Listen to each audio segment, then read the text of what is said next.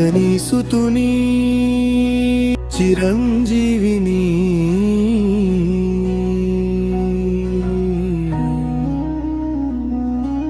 కీర్తింపమనం ఎంతడన్యులమో గదా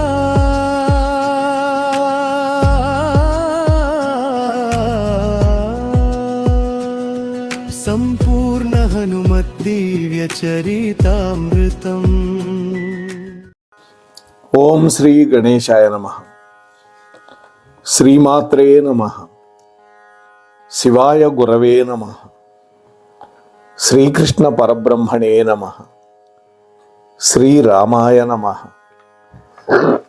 శ్రీ గురుభ్యో నమః. నారాయణం నమస్కృత్య నరం చైవ నరోత్తమం దేవీం సరస్వతీం వ్యాసం తతో జయముదీరయేత్. సచ్చిదానంద రూపాయ విశ్వోత్పత్యాదిహేతవే తాపత్రయ వినాశాయ శ్రీకృష్ణాయ వయం నమః.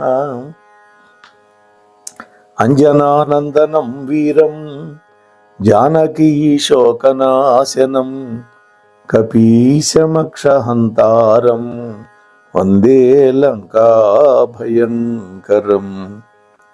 మోహనవాణి ఛానల్ ద్వారా సంపూర్ణ హనుమత్ చరిత్రాన్ని భక్తి శ్రద్ధలతోటి వింటూ ఉన్నటువంటి భక్తామ తల్లులకు తండ్రులకు ముందుగా నా యొక్క సాధువాదాలు చెల్లించుకుంటూ ఈ రోజున స్వామి యొక్క చరిత్రలో 14వ ఎపిసోడ్లోకి మిమ్మల్ని అందరినీ స్వాగతిస్తూ ఉన్నాను. నిన్నటి రోజు మనం 13వ ఎపిసోడ్లో హనుమస్వామి యొక్క సముద్ర లంఘన వృత్తాంతం, లంకలో సీతాన్వేషణ, సీత కనిపించక హనుమంతుడు రౌద్రమూర్తి కావటం, ఆ తర్వాత సీతామాత సందర్శనం, రామ ముద్రికని ప్రదానం చేయటం, ఇవన్నీ కూడా మనం చెప్పుకున్నాం. ఆ సమయంలో చిన్న రూపంలో ఉన్నటువంటి స్వామి యొక్క విభూతి తెలుసుకోవటానికి అమ్మ నిజ రూపం చూపించమన్నప్పుడు 3 లోకాలకి వ్యాపించినటువంటి సర్వాత్మకుడైనటువంటి నిన్ను ఒక సామాన్యుడిగా తలపోశాను నాయన, నీ రూపం నాకు భయాన్ని కలిగిస్తోంది అన్నది. మళ్ళీ ఎప్పట్లాగా నీ యొక్క సూక్ష్మ రూపాన్ని ధరించు అని అమ్మవారు వేడుకుంది అని మనం చెప్పుకున్నాం. ఈ రోజున రామచంద్రమూర్తికి సీతామాత ఏమి సందేశం ఇచ్చిందో ఈ ఎపిసోడ్లో మాట్లాడుకుందాం.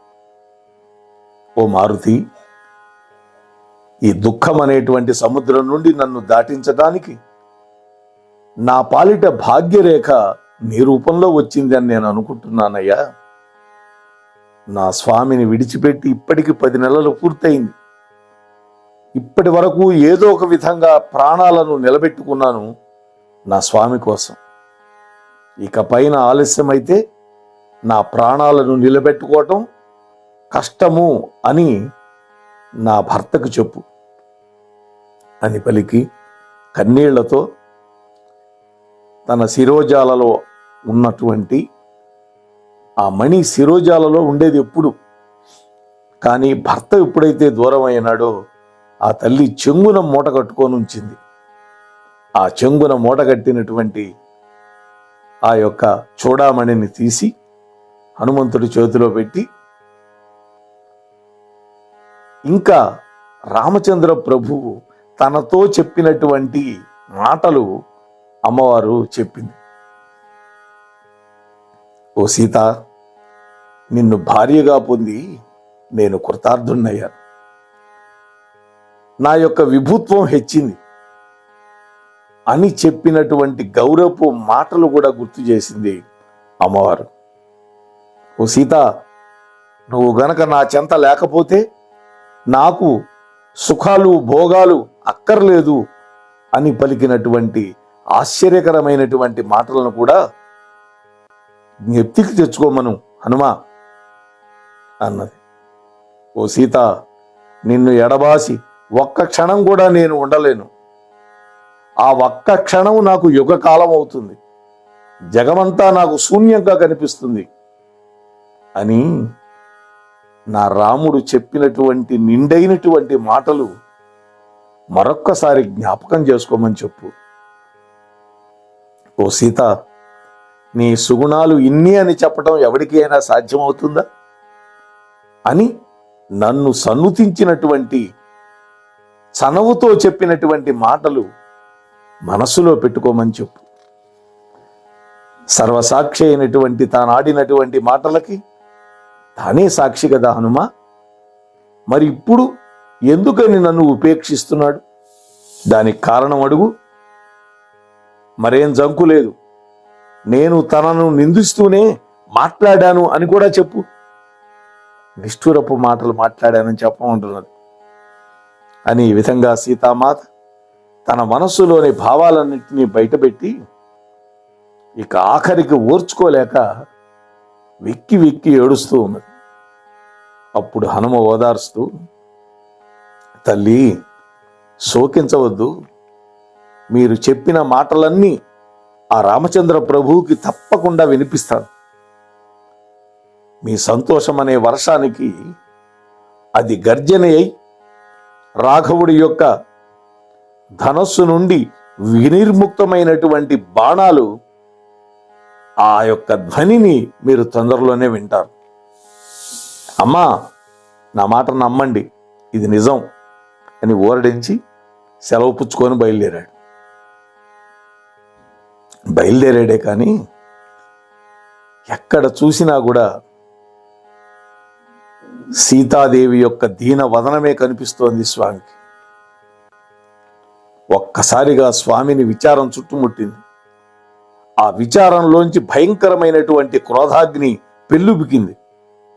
వెంటనే తన బాహుబలాన్ని ప్రకటించకుండా వెళ్ళాలి అనేటువంటి మాట మనస్సుకు రుచించల. ఆ రావణాసురుడికి తన శక్తి సామర్థ్యాలు తెలియజెప్పాలి అనుకున్నాడు. ఎదురుగా అశోకవనం నందనవనాన్ని మించినటువంటి సౌందర్యంతో కనువిందు చేస్తుంది. దశకంఠుడి యొక్క వైభవశ్రీ అంతా ఆ వనంలోనే కనిపించింది.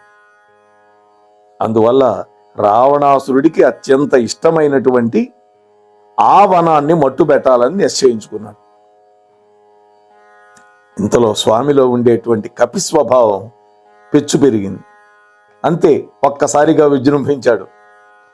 కొమ్మలను విరగ్గొట్టాడు, కొన్ని చెట్లను కూకటి వేళ్లతో పెకలించాడు, పండ్లన్నీ నేల రాలగొట్టాడు, అక్కడ వనపాలకుల్ని కొట్టాడు. ఈ విధంగా నానా విధాలైనటువంటి విధ్వంసం సృష్టించాడు అశోకవనంలో. హనుమంతుడు సృష్టించినటువంటి భీభత్సాన్ని ఆ వనపాలకులు వెంటనే పరుగెత్తుకెళ్ళి రావణాసురుడికి చెప్పారు. ఆ కోతిని శిక్షించమని మొరపెట్టుకున్నారు. అప్పుడు 80,000 మంది కింకరులు వెళ్ళారు. వాళ్ళందరూ మట్టి గరిచారు. 7 మంత్రి కుమారులు వెళ్ళారు. 5 సేనాపతులు వెళ్ళారు. అలాగే రావణాసురుడు కొడుకైనటువంటి అక్షకుమారుడు వెళ్ళాడు. వెళ్ళటమే గాని ఎవడూ తిరిగి రాల. ఇక చివరికి మేఘనాథుడిని పంపించాడు, అంటే ఇంద్రజిత్తును పంపించాడు రావణుడు. ఇంద్రజిత్తు కూడా ఎంతో యుద్ధం చేశాడు, తికమక పెట్టాడు, చీకాకు పరిచాడు. ఇక చివరికి ఆంజనేయ స్వామి మీద బ్రహ్మాస్త్ర ప్రయోగం చేశాడు ఆ రావణపుత్రుడు. రావణుణ్ణి ప్రత్యక్షంగా దర్శించి మాట్లాడాలనేటువంటి ఉద్దేశ్యంతో ఆ బ్రహ్మాస్త్రాన్ని వమ్ము చేయగలిగినటువంటి శక్తి సామర్థ్యాలు ఉండి కూడా కట్టుబడ్డట్లుగా నటించాడు హనుమ. తాను భవిష్యత్ బ్రహ్మ కాబోతున్నాడు. అటువంటి వాడు బ్రహ్మాస్త్రానికి మర్యాద ఇవ్వాలిగా, అందుకని మర్యాద ఇచ్చాడు. బ్రహ్మాస్త్ర ప్రయోగ బంధితుడైనటువంటి హనుమంతుణ్ణి ఆ అస్త్రం యొక్క ప్రభావాన్ని తెలుసుకోలేనటువంటి ఆ మందమతులైనటువంటి రాక్షసులు పెద్ద పెద్ద మోకులు తెచ్చి బంధించారు, తాళ్ళు తెచ్చి.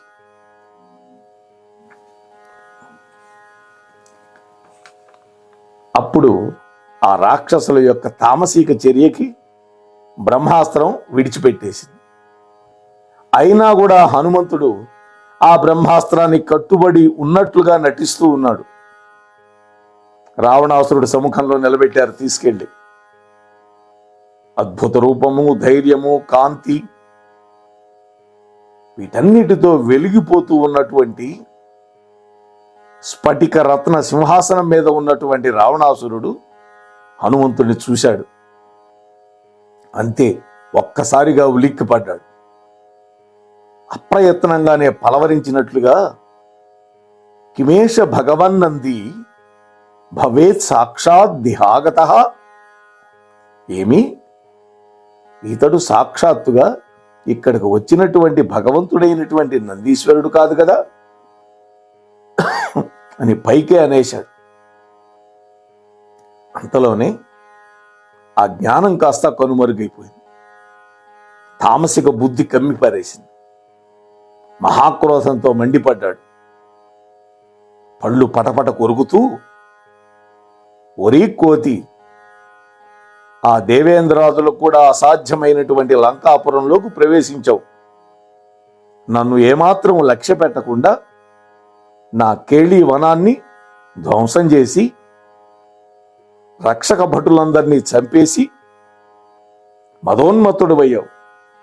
అసలు ఎవరు పంపించారా నిన్ను, చెప్పు అని నిలదీశాడు. అప్పుడు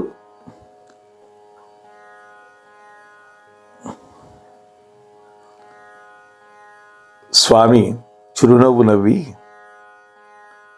ఓరీ స్వామి ద్రోహి రావణ, విను, సాక్షాత్తు ఆ రామ వల్లభుడైనటువంటి శ్రీరామచంద్రమూర్తి యొక్క బంటుని నేను, వాయుపుత్రుణ్ణి.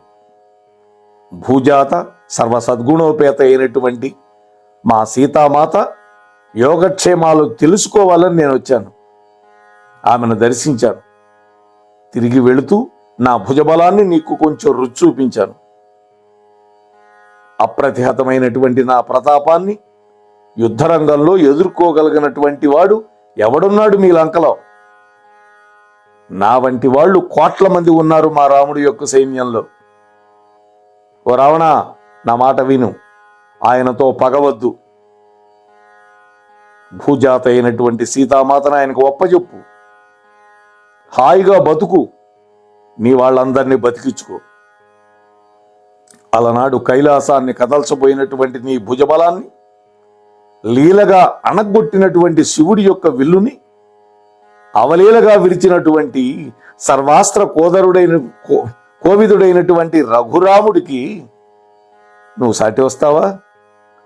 అందువల్ల ఆ మహాత్ముడికి సీతను అప్పగించు, సుఖంగా జీవించు, నీ లంకావాసులందరినీ సుఖంగా ఉండేటట్టు చేసుకో అని గట్టిగా మాట్లాడాడు.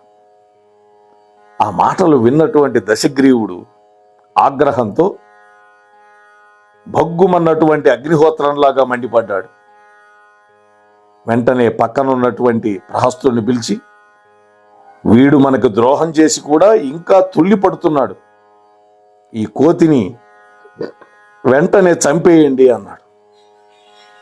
ఆ మాటలు విన్న విభీషణుడు, అన్నయ్య, స్వామి కార్యం మీద దూతగా వచ్చినటువంటి వాడిని వధించకూడదు. అతని చెప్పిన మాటలు అతనివి కాదు, యజమాని చెప్పిన మాటలు మాత్రమే మాట్లాడాడు. అది దూత యొక్క స్వభావం. అందువల్ల ఈ విషయంలో నువ్వు ఆగ్రహించడం అనేది నీకు తగింది కాదు. కోతులకి తోకంటే ఇష్టం. అందువల్ల ఈ కోతి తోకకి ముట్టించి నిప్పు, నీ ఆగ్రహాన్ని చల్లార్చుకో అని చెప్పి సలహా ఇచ్చాడు. అది విన్నటువంటి రావణుడు వెంటనే ఈ కోతి యొక్క తోకకి గుడ్డలు చుట్టి ఆముదం పూసి తగలబెట్టండి అన్నాడు. అప్పుడు రాక్షసులంతా మహదానందంతో ఆ హనుమంతుల వారి యొక్క తోకని గుడ్డలతో కుట్టారు, నూనె పోశారు, మంట పెట్టారు.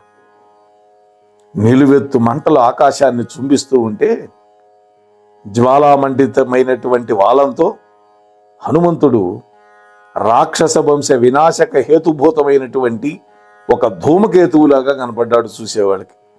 ధూమకేతువు అంటే తోకచుక్క. తోకచుక్క వస్తే అశుభం జరుగుతుంది. సీతాదేవి ప్రార్థనతో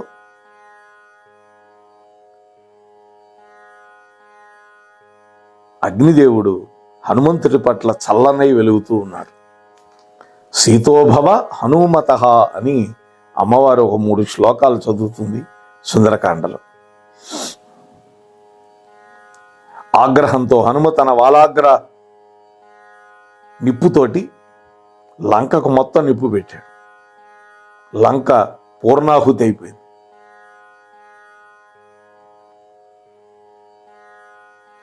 రామార్పణ బుద్ధితోటి లంకా నగరాన్ని పూర్ణాహుతి చేశాడు హనుమ.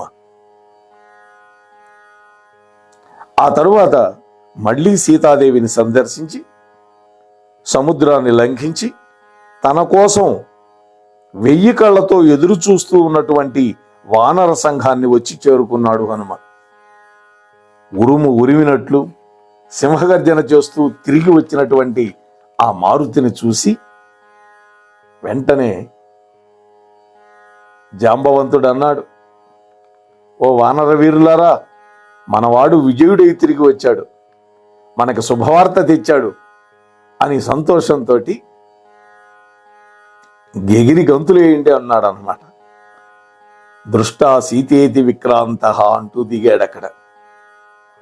నేను సీతమ్మని చూశానో చూడలేదు అంటాడో, వాళ్ళ గుండెలు అవిసిపోతుంటాయి, అందుకని చూచితి సీతను అన్నాడు. అదే వాగ్విదాంవరుడు, అందుకనే అంటారు హనుమంతుల వారిని.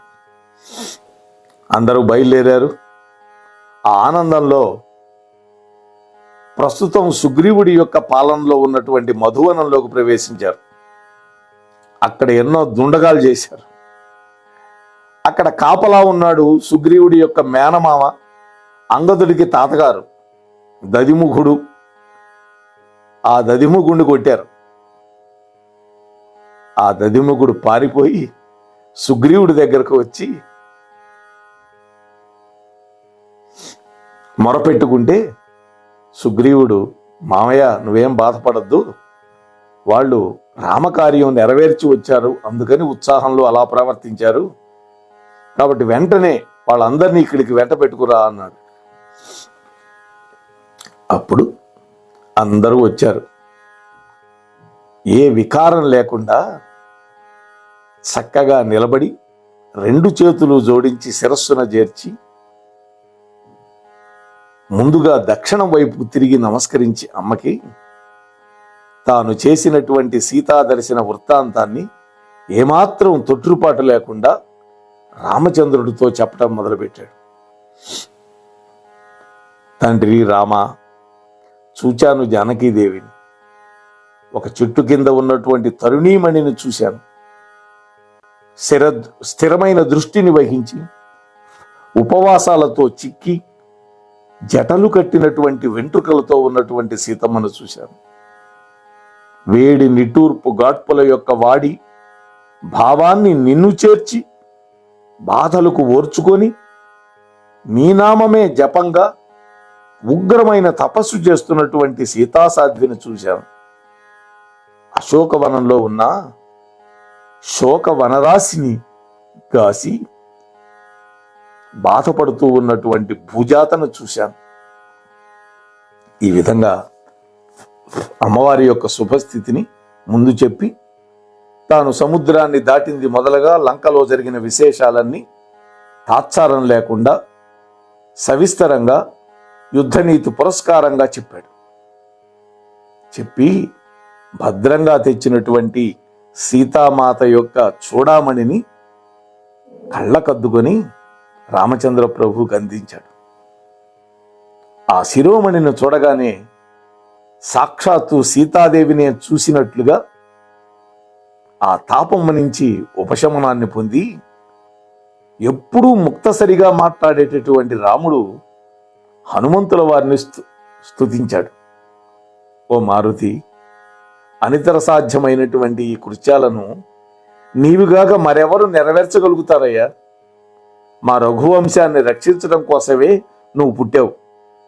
వాయువేగంతో సముద్రాన్ని దాటడానికి ఎవరికైనా వశం అవుతుందా? ఒకవేళ దాటితే మాత్రం ఆ దశకంఠుడి యొక్క లంకని ప్రవేశించి ఆ లంకని తేరిపారచూడటం సాధ్యమవుతుందా? ఎంతో శౌర్యంతో పరాక్రమంతో సముద్రాన్ని దాటి శత్రునాశనం చేసినటువంటి నీవు సామాన్యుడు కాదు నాయన. వాయుదేవుడు, గరుత్మంతుడు వీళ్ళిద్దరూ ఆ సముద్రాన్ని దాటగలరేమో కానీ నీలాగా కార్యసాధకులు కాగలుగుతారా అన్నాడు. ఇది అద్భుతమైన మాట.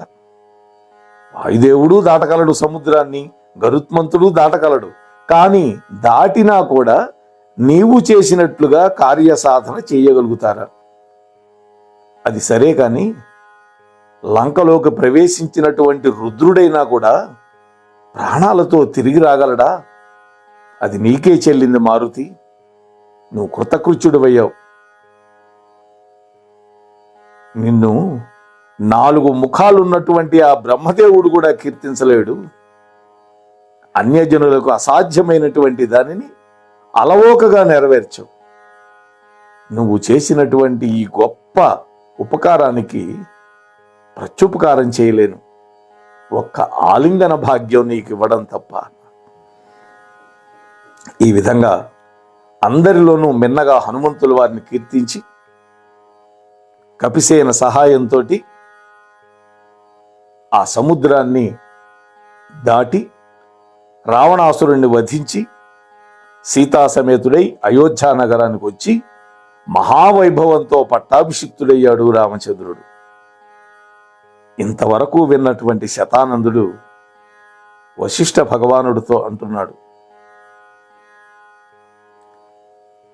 ఓ మహర్షి, సర్వ జగత్తుకి ప్రాణాలు ఇచ్చేటటువంటి మారుతి వృత్తాంతాన్ని ఇంకా ఇంకా వినాలని నా కోరిక ఉంది, సెలవివ్వండి మహాత్మా అని కోరగానే దయాగరిష్ఠుడైనటువంటి వశిష్ఠుడు ఆ తరువాత జరిగినటువంటి వృత్తాంతాన్ని చెప్పడం మొదలుపెట్టాడు. ఓ శతానంద,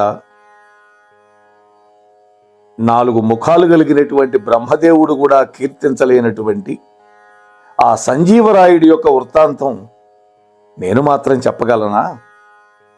సీతారాములకి పునరుజ్జీవనాన్ని కల్పించడమే కాదు, రామహితాన్ని కోరుకొని అనేక మందికి ఉపకారం చేసినటువంటి ఆ హనుమంతుడి యొక్క ఆశ్చర్యకర ప్రభావాన్ని సంక్షేపంగా చెబుతాను వినవయ్యా అంటున్నాడు. విభీషణుడి యొక్క సహృదయను రాముడికి చెప్పి ఆ విభీషణుడికి లంకా రాజ్యానికి అభిషేకం చేయించాడు హనుమంతుడు. అంతేకాదు, యుద్ధంలో మరణించినటువంటి వానరులను అందరినీ విశల్యకరణి, సంధానకరణి అటువంటి మూలికలు తెచ్చి ద్రోణపర్వతం నుంచి మళ్ళీ ప్రాణాలు పోశాడు వాళ్ళందరికీ. అంతేకాదు, రణరంగంలో మూర్ఛితుడైనటువంటి లక్ష్మణస్వామి యొక్క ప్రాణాలను రక్షించాడు. అంతేకాదు, రామచంద్రమూర్తి యొక్క ఆగమన వృత్తాంతాన్ని భరతుడికి చెప్పి ఆ భరతుడి యొక్క శోకాన్ని పోగొట్టాడు. యుద్ధంలో అనేక మంది రాక్షసుల యొక్క మదాన్ని అడిచాడు. అపురూపమైనటువంటి మహిమలను అనేకం చూపించాడు. శతకోటి ప్రవిస్తరమైనటువంటి రామాయణ కథ అనేటువంటి ఒక బంగారు మాలికలో మహానాయక రత్నం హనుమ అన్నాడు. అదే కదా మనం శ్లోకం చెప్పుకుంటాం, రామాయణ మహామాలారత్నం వందే అనిలాత్మజం అంటాం. రామాయణం అనేటువంటి ఒక మహామాలకి ఒక కొలికి పూస లాంటి వాడు హనుమంతుడు అని మనం కీర్తిస్తూ ఉంటాం. ఓ శతానంద, వినవయ్య, హనుమంతుడు విభీషణుడికి చేసినటువంటి ప్రత్యుపకారం చెబుతాను. లంకా నగరంలో జానకీమాత యొక్క స్థితిని ఆంజనేయుడి ద్వారా విన్నటువంటి రాఘవుడు దశకంధరుణ్ణి సంహరించాలనేటువంటి కోరికతోటి వీరవానర సైన్యంతో దక్షిణ సముద్ర తీరంలో విడిది చేశాడు. ఆ వార్త తెలిసినటువంటి రావణుడు తన మంత్రులతో సమాలోచన చేశాడు. యుద్ధానికి ముందు జరిగిన ఘట్టం ఇది. వాళ్ళందరూ చతుర్విధ పురుషార్థాలకు విరుద్ధమైనటువంటి దుర్మంత్రాన్ని బోధించారే కానీ ఒక్కడంటే ఒక్కడు కూడా ధర్మబోధ చేసిన వాడు లేడు. కానీ తన యొక్క తల్లి రక్తం పంచుకొని తనకు తోబుట్టు అయినటువంటి విభీషణుడు మాత్రం అన్నయ్య పరస్త్రీ వ్యామోహం మహా చెడ్డదని బోధించాడు. లోకైక మాత అయినటువంటి ఆ సీతాదేవిని రాముడికి అప్పగించి శుభస్థితిలో జీవించమని హితవు చెప్పాడు. కానీ ఆ మాటలు రావణాసురుడికి చెవికెక్కలేదు సరికదా. విభీషణుణ్ణి సభలో దూషించాడు, కాలితో ఒక్క తాపు తన్నాడు. ఇక లంకలో ఉండడం తగదని భావించి అతడు తన యొక్క నలుగురు సహచరులతో కలిసి ఎగిరి వచ్చి ఆకాశంలో నిలబడి తాను శరణార్థిగా వచ్చిన విషయాన్ని వానర సైన్యంతో కలిసి విడిది చేసినటువంటి రామచంద్ర ప్రభువుకి విన్నవించుకున్నాడు. అప్పుడు రాజైనటువంటి సుగ్రీవుడితో సహా అంగదుడు, జాంబవంతుడు, శరభుడు, మైంజుడు ఇత్యాది వానర ప్రముఖులంతా ముక్తకంఠంతో ఇతడికి ఆశ్రయం ఇవ్వద్దన్నారు, అభయం ఇవ్వద్దన్నారు. ఎందుకని? దూషితమైనటువంటి మనస్సులు కలిగిన వాళ్ళు, దోషాలు చేసేటటువంటి వాళ్ళు, బహువేషధారులు, మదాంధులు అయినటువంటి రాక్షస కులంలో పుట్టి శత్రుపక్షం వాడైనటువంటి రావణాసురుడికి అనుంగు సోదరుడైనటువంటి ఈ విభీషణుడికి శరణు ఇవ్వడం తగదు అనే అభిప్రాయాన్ని వాళ్ళందరూ రాముడికి చెప్పారు. అప్పుడు రాముడు ఏమన్నాడు? హనుమంతుడు ఏమన్నాడు?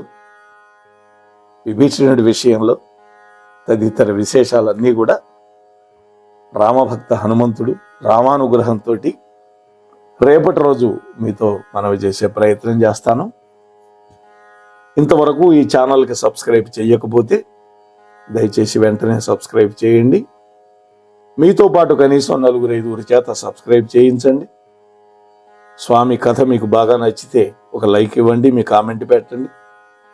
అలాగే కనీసం 10 మంది బంధుమిత్రులకి ఈ వీడియోని పంచి వాళ్ళు కూడా ఎంతో కొంత పుణ్యాన్ని సముపార్జించేటటువంటి అవకాశం కల్పించండి అని మీతో మనవి చేసుకుంటూ, ఇంతసేపు భక్తితో విన్నటువంటి మీకు, చెప్పిన నాకు, మోహనవాణి ఛానల్ ద్వారా ఈ అంశాన్ని ప్రసారం చేసినటువంటి మన అక్కునూరి సీతారామమోహన్ రావు గారి యొక్క కుటుంబానికి, ఆ రామభక్త హనుమంతుడి యొక్క అవ్యాజమైనటువంటి కృపా కటాక్ష వీక్షణాలు ఎల్లప్పుడూ ఉండాలని కోరుకుంటూ ముగిస్తున్నాను.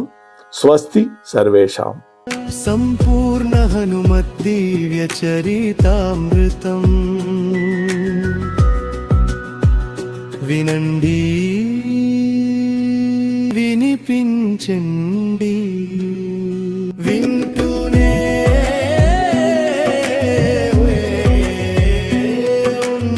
ఉండండి.